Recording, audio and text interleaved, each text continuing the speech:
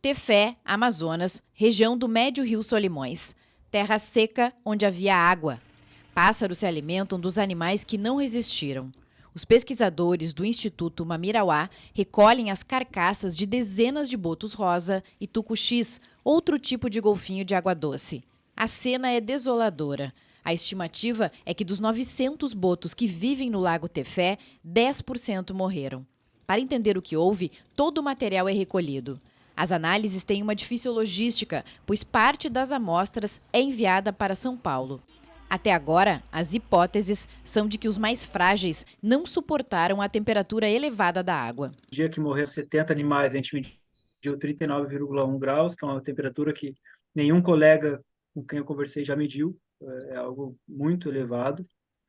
E falei com pessoas que há décadas monitoram a Amazônia e nunca mediram uma temperatura dessa. Então, é um caldeirão de verdade que está acontecendo. Em paralelo, a gente tem a investigação das causas, né? Então, tudo isso junto traz informações para a gente tentar entender as causas, não tão claras ainda. A temperatura da água certamente é um fator importante, mas a gente não sabe se é o único. Ele pode ser um estressor dentro de um outro quadro de, por exemplo, uma doença que esteja acontecendo nos animais que a gente não identificou, ou pode ser a causa por si só, tendo levado à morte por hipertermia desses animais. A temperatura fora da normalidade e a seca deixaram a paisagem assim.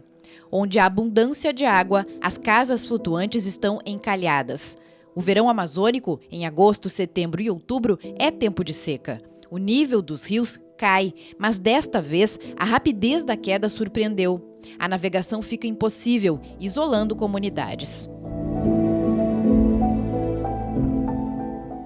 Até agosto estava abaixo, mas dentro da normalidade. A partir do início de setembro, que começou a descer 30 centímetros por dia, durante vários dias, 20, 30 centímetros por dia ao nível do rio, que é muito alto para a gente. O processo é composto: seca, ondas de calor no ar, terras caídas, queimadas, e aí entra o fator de desastre ecológico, desastre biológico, que é o que está acontecendo no caso de Tefé, com a mortandade de mais de 130 botos de tucuxis, mais de 130 golfinhos, no intervalo de uma semana, que nunca foi registrado.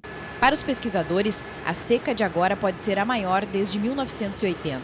As causas se somam: desmatamento, aquecimento global, aquecimento dos oceanos pela atuação do fenômeno El Niño. A mudança da circulação geral causada pelas águas quentes no Pacífico, na costa do Peru, causa um deslocamento de uma célula de circulação que provoca subsidência, ou seja, o ar desce sobre a Amazônia e impede as nuvens de se desenvolverem naquela área.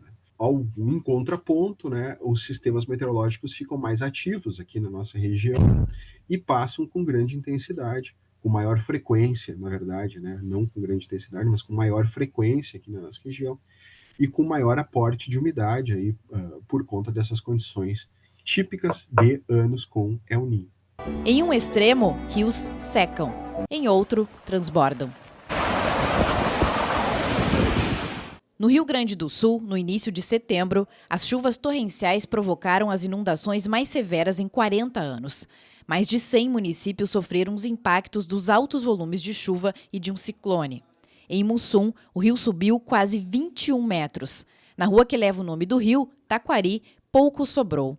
A devastação se repetiu em Roca Salles, onde o hospital ficou fechado quase um mês, e em Cantado, em que 80% da comunidade escolar sofreu as consequências da enchente. Ficou tudo debaixo d'água, Perdemos tudo, perdemos animal, tudo que já tinha dentro de casa, os insumos todos, Plantação de trigo, foi tudo debaixo d'água. Graças a Deus, não posso me queixar. Nós temos vivo ainda. Isso pode ter certeza, que nós vamos ter amigos, gente que nós não vamos ver mais nessa vida. A gente precisa trabalhar as nossas emoções, porque está muito gritante, estamos todos cansados, exaustos, estamos todos nos olhando, de certa forma, revendo nossas vidas, recomeçando. Para a professora Lorena Fleury, pesquisadora nas áreas de sociologia ambiental e das mudanças climáticas, a proximidade de eventos extremos é consenso na comunidade científica, mas as informações ainda ficam restritas. Eu acho que uma das grandes dificuldades de se fazer com que o debate sobre mudanças climáticas ganhe mais aderência no debate público, é justamente porque a gente fala de escalas e de temporalidades que são muito difíceis, da gente trazer para o cotidiano. cotidiano, da gente trazer para a nossa experiência concreta, né? Infelizmente, quando acontecem esses eventos climáticos extremos, essa concretude ganha forma, né? Essa concretude, esses eventos passam, né, a trazer uma materialidade muito dramática, né, desses acontecimentos para a nossa vida. E aí, o que tem acontecido é que tem nos pegado de uma forma muito despreparada. Conforme o meteorologista da Universidade Federal de Santa Maria, o estado tem as tempestades mais severas do mundo entre a primavera e o verão. Os fenômenos climáticos são conhecidos, mas agora ocorrem com maior frequência e intensidade. E aí, o que acontece? O El Niño ele dá uma pincelada para a gente do que é um cenário com mais energia para a atmosfera. Então, você dá um pouco mais de energia para a atmosfera, os fenômenos são os mesmos, né? Porque a gente está em latitudes médias, a meteorologia que ocorre aqui é mais ou menos as mesmas. Mas ela vai ocorrer com maior frequência e intensidade nos anos de El Niño, que é o que nós estamos experimentando. E isso vai seguir ainda, nós estamos começando a estação.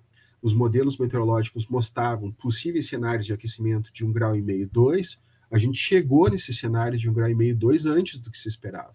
Então, o planeta tem mais energia disponível agora para fazer tempestades. Não adianta a gente negar essa política de prevenção a desastres, ela tem que ocorrer. Trabalhar realmente de uma forma coletiva, né, tanto na prevenção quanto na resposta a esses desastres, mas também para além do desastre, né, pensar e agir, né, de modo a mitigar ainda, né, essa mudança climática e elaborar medidas de adaptação que sejam efetivas. A gente ainda tem tempo, né, assim, ainda há muito a ser feito e no momento em que nós estamos hoje, né, ainda há margem para ação, né? Então ainda há muito o que se fazer, né? Então eu acho que é fundamental a gente pegar esses momentos em que a gente está vivenciando, né, infelizmente, assim, a gente está vivenciando esse desastre, transformar esse luto, né, transformar essa perplexidade, transformar essa preocupação que eles geram, né,